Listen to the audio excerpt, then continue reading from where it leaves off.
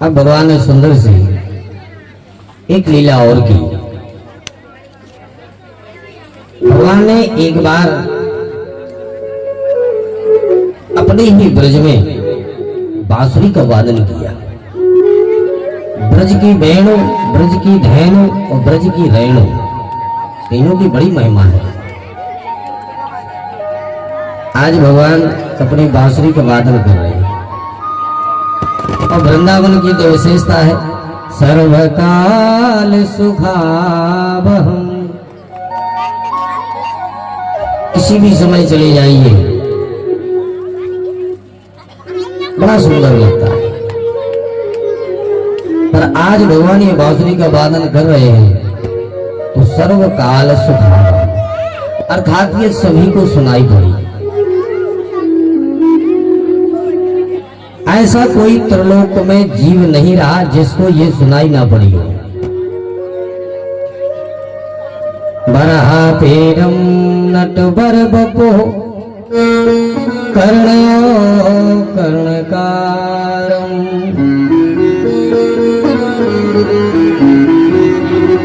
भजवाजा कनक कपीसम वैजयन्ते जमाला।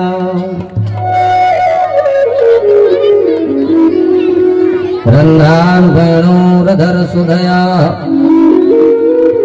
पूरयन् गोपवृन्दैः भण्डारण्यं स्वपदरमणम् प्राविशद गीतकीर्ति।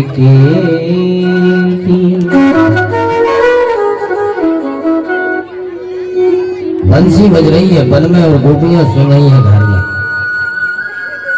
प्रत्येक गोपी को यही लग रहा है कि बांसुरी बजाने वाला तो मेरे निकट ही, अर्थात मेरे सामने खड़ा है। बांसुरी वाला नजर नहीं आ रहा है, पर लग ये रहा है कि मेरे ही सामने खड़ा है।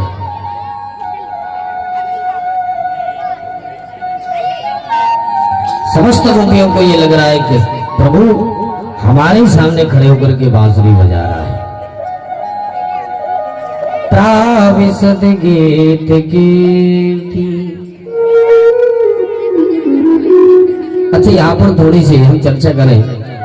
हमारे प्रभु कैसे हैं? सुखदेव जी की भाषा में बरहा पीड़म नटवर बपो। नटवर, नटवर किसे कहते हैं? नट और वर। एक नट होता है और एक होता है वर। दोनों में अंतर अलग अलग है। जैसे नटिया चढ़ो भरत पे गहरो ढोल बजावे, पापी पेट उधर के लाने सुरत भरत फैलावे। तो एक नट होता है। नट भी जब खेल तमाशा दिखाने के लिए तैयार होता है तो बहुत सजता है। और एक होता है वर। वर अर्थात दूल्हा। दूल्हा भी बहुत सजता है, क्योंकि जीवन में एक बार ही सजने को मिलता है तो वो भी कसर नहीं छोड़ता। हाँ, नट वर, एक नट और एक वर। अब दूल्हा से पूछो कितना सजता है, क्यों? इसलिए कसर नहीं छोड़ता कि भैया आ जाइए सजने, कल से तो सजावे कोई ये लगने का हूं, इसे आ जाइए सज लो। बोलो राधे राधे। इसलिए वर भी कभी कसर नहीं छोड़ता। पर हमारे प्रभु बरहा पीड़म नटवर बपु। नटवर, बरहा यानी मोर होती है। मोर का पंख जो अपने सिर पर सदा धारण करते हैं, ऐसे हमारे प्रभु सदा, जैसे नट और वर सजते हैं, ऐसे हमारे प्रभु सदा सजे रहते हैं। श्याम सुंदर भगवान के आज ऐसे सुंदर प्रभु बांसुरी बजा रहे हैं। बड़ी सुंदर बांसुरी का वादन किया। सर्वकाल सुखावहम।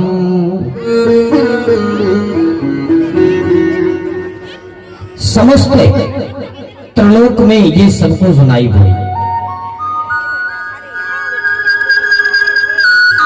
इति वेणुरवं राजं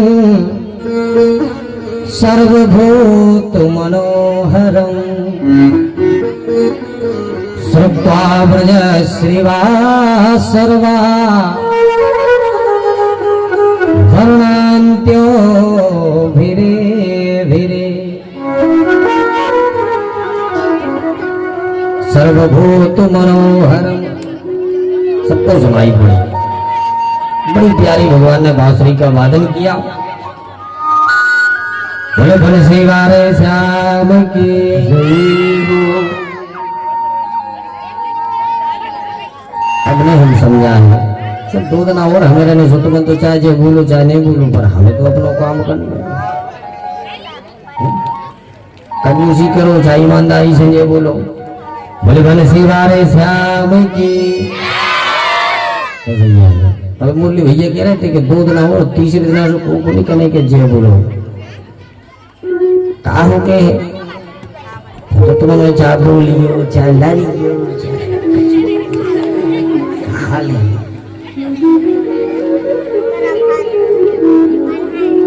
अब शरद के बाद हेमंत ऋतु आ गई। हेमंत ऋतु के प्रथम मास अर्थात मार्गशीर्ष यानी अगहन। अघों का जहां हनन हो ऐसा अगहन मास आ गया। गोपियों ने ब्रह्म मुहूर्त में ही जाग करके कात्यायनी मैया की पूजा करना प्रारंभ कर दी। तो सभी ब्रज की छोटी छोटी गोपियां जाकर के और यमुना में स्नान करके और सीधे आकर के कात्यायनी मैया की पूजा करें और कात्यायनी मैया से एक ही प्रार्थना करेंगे। कात्यायनी महामाये महायोगिन्यधीश्वरी नंदगोप सुतम देवी पतिम में कुरुते नमः। हे कात्यायनी मैया हमें श्री कृष्ण ही पति रूप में प्राप्त हुआ। ऐसी प्रार्थना समस्त ब्रज की गोपियां कात्यायनी मैया से करें। पर इनमें एक कमी। एक दिन के बाद अर्धरात्रि को ही ये ब्रह्म मुहूर्त समझ बैठी तो सीधी गई और अर्धरात्रि में भगवान ने गलती माफ कर दी।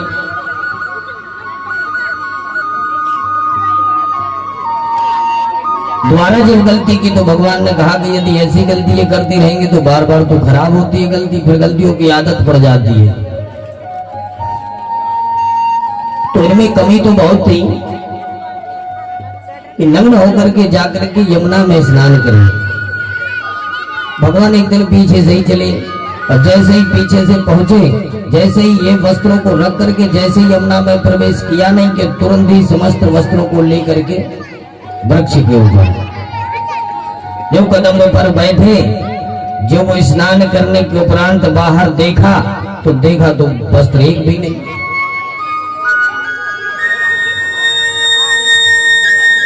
तब तक किसी गोपी ने कहा मुझे तो सखी ऐसा लग रहा है कैसा ना हो कि कोई बंदर ले गया हो।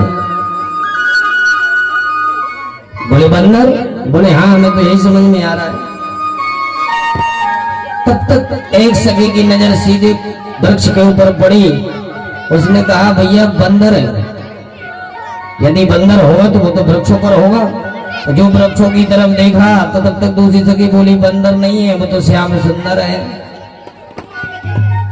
ये उसी की करतूत है। तो समस्त गोपियां हाथ जोड़ करके बोल उठी श्याम सुंदर ते दास्या करवा मत वोयितम देहि वासांसि धर्मज्ञा नो चेत्रागे ध्रुवामहे। हे श्याम सुंदर हम आपके दासी हैं, हमारे वस्त्रों को आप ऐसे ना ले जाओ, हमारे वस्त्रों को वापस कीजिए। भगवान ने कहा वापस तो कर देंगे पर जैसे गई थी वैसे ही बाहर आ जाओ। समस्त गोपियों ने कहा प्रभु जब हम अंदर आए थे तब कोई नहीं था, अब हम आपके सामने कैसे आ जाएं? तब भगवान ने कहा देवी यही तुम्हारी गलती है, यही तुम्हारी भूल है। कौन नहीं था? अरे जल में रहने वाले वरुण थे, पेड़ पशु पक्षी क्या नहीं थे? ये पवन थी, ये आसमान था, ये धरती थी, वायु थी। कौन नहीं था? सूर्य थे। और तुम कह रही हो कोई नहीं था।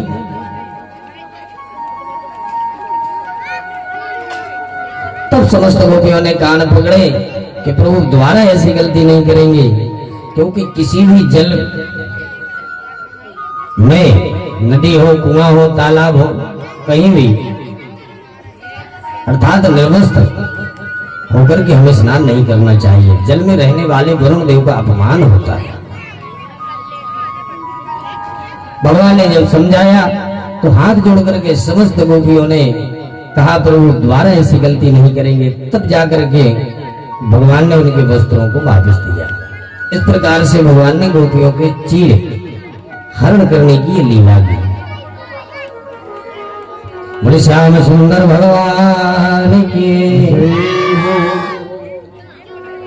अब आ गई दीपावली।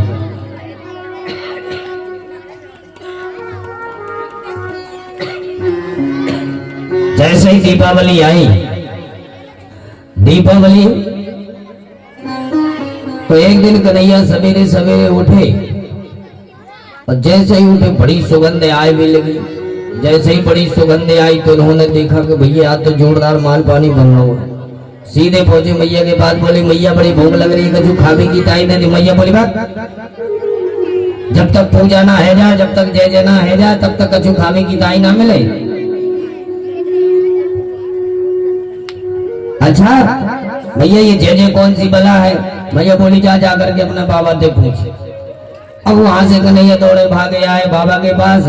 बाबा बाबा ये तो बताओ ये जय जय कौन सी बला है? कथ्यता में पिता कोयम संभ्रमो वा उपागता किम फलम कस्त चौत्रेश साध्य तो मघा। अरे बाबा ये जय जय कौन सी बला है? मैं मैया के पास गया रसोई घर में। मैया तो बोली कि कन्हैया तो जब तक खावे ना दे तब तक जय जय ना है जाए। ये जय जय क्यों है? तब नंद बाबा ने कहा कन्हैया हम लोग पूजा क्यों करें? अच्छा पूजा? तो बाबा किन की पूजा? नंद बाबा कहते हैं पर्जन्य भगवान इंद्र मेरास्तस्यात्ममूर्तया ते भी वर्षन्ति भूतानां पर्णं जीवनं पया। हम भगवान इंद्र की पूजा क्यों करें? तो बाबा इंद्र की पूजा काई क्यों करें? बोले भैया इंद्र की पूजा करने से जब इंद्र प्रसन्न हो तो मेघों के द्वारा वो हमारे ब्रिज में सब पानी बरसावे। वह पानी जब बरसे तो हरी हरी घास तैयार होए। जब वो हरी हरी घास हो तो बढ़िया हमारी गाय उस घास को पा करके वो ज्यादा दूध देती है। उस दूध को हम लोग पाते हैं तो बढ़िया हमें भी ताकत आती है, हम लोगों का गुजारा चलता। पर्जन्यो भगवान इंद्रो।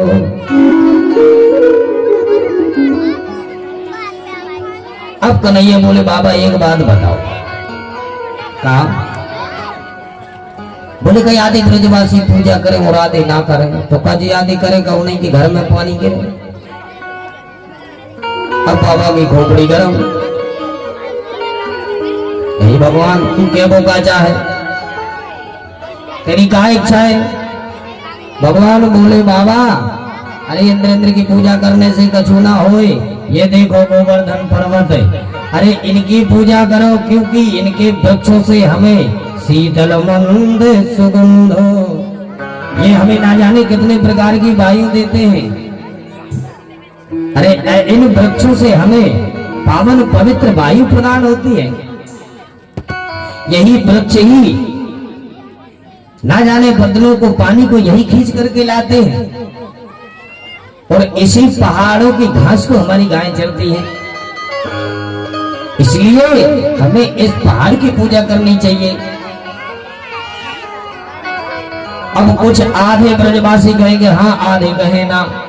आधे तो कृष्ण भगवान की बातों पर तैयार हुए, बोले हाँ भाई जो कन्हैया बोले वो बात सही है, हमें पहाड़ पर्वतों की पूजा करनी चाहिए, कहीं इंद्र की नहीं। और आधे जो बुड्ढे बुड्ढे थे वो बोले हमें इंद्र की पूजा करनी चाहिए। अब पूजा किसकी की जाए यही समझ में नहीं आवे। तो जिस दिन इंद्र की पूजा होने दी, भोजन बन रहा था इंद्र के लिए, वो दिन ही निकल गया। दूसरा दिन आ गया, तब तो सब एक सुर में ही बोले भैया कन्हैया के पास आ गए, कन्हैया जो थारी मर्जी, कम से कम पूजा तो करवा ले, पूरे सारे ब्रज में पकवान बनो धरो है, वो काऊ के हिस्से लग जाए, या तो गोवर्धन की हो जाए या फिर इंद्र की हो जाए। बोले अब इंद्र का समय निकल गया, गोवर्धन के पास चलो। सात ब्रजवासियों को लेकर के सीधे गोवर्धन महाराज के पास पहुंचे। और महाराज के पास पहुंचे, बोले भैया करवाओ स्नान। हमारे गोवर्धन महाराज को बढ़िया स्नान करवाने लगे। अब सब ब्रजवासी माट मटके ले ले करके आए, भर भर के 100 पर 50 100 150 200 मटके जल चढ़ाया। पर मालूम चला के 2-4 वृक्ष ही न गीले भाई। ब्रजवासी बोले भैया तारी कितनो बड़ो पहाड़ तेरो गोवर्धन 100-150 मटका पानी चढ़ा दियो, परी को तो मुझे लगे अब एक बालव भी लो ना भाव, क्या के स्नान कैसे हो। भगवान बोले चिंता ना करो, पानी की व्यवस्था है जाएगी, हमारे भगवान से प्रार्थना करो। और जो प्रार्थना की तो प्रार्थना करते ही भगवान ने तुरंत ही अपने गोवर्धन से ही एक गंगा प्रकट कर दी। मन से गंगा प्रकट की तो नाम ही हो गया मानसी गंगा। बोले मानसी गंगा की। जैसे ही मानसी गंगा प्रकट हुई नहीं, भगवान बोले करवाओ स्नान। फिर क्या हुआ, महाराज स्नान चकाचक करवाए और बढ़िया चंदन लगाया और इत्यादि षोडशोपचार से पूजन से विधि से पूजन किया। और वो जब पूजन हो गया तब बोले, तो भगवान ने अपना एक रूप बनाया। तो एक रूप तो बाहर है और एक रूप बना करके गोवर्धन महाराज बन करके पर्वत में प्रविष्ट हो गए। और जैसे ही प्रविष्ट हुए नहीं तो पूजा से जब निवृत्त हुए तो भगवान ही बोले भैया ब्रजवासी लाओ कुछ खावे की ताई। तब तक एक ग्वाला बोलो भैया काली तीरो तो देवता भोकाड़ से लग रहा। क्या हुआ? अरे बोले भैया तेरो देवता तो मुंह से ही मांग रहा है, कछु खावे की ताई हो तो लाओ। कन्हैया बोले दारी के अरो कितने दिनों से, ये कितने वर्षों से यहाँ बैठा है मेरा देवता, आज तक को खावे की ताई कछु लाओ। बोले ये बात तो आज तक कछु ना लाओ। तो बोले भैया ना जाने कब कबू को बैठो है, या भैया बोले कि तेरे देवता कल को बनो भाषो खा लू। अरे बोले भैया वो तो त्योहार सो भी खा ले, मुंह को आए। फिर क्या हुआ, महाराज साहब अपने अपने घर गए, बढ़िया थाली लगा करके जो पकवान लाए और सबने अपनी थाली रखी। और जो भगवान ने जैसे प्रसाद पर लगाते तो प्रसाद लगाते समय झड़प डालनी चाहिए, भगवान के प्रसाद लगाते समय तभी भगवान पाते हैं। जो झड़प लगाई तो झड़प लगी और 2 मिनट में पूरी थाली खाली। जैसे ही झड़प निकाली नहीं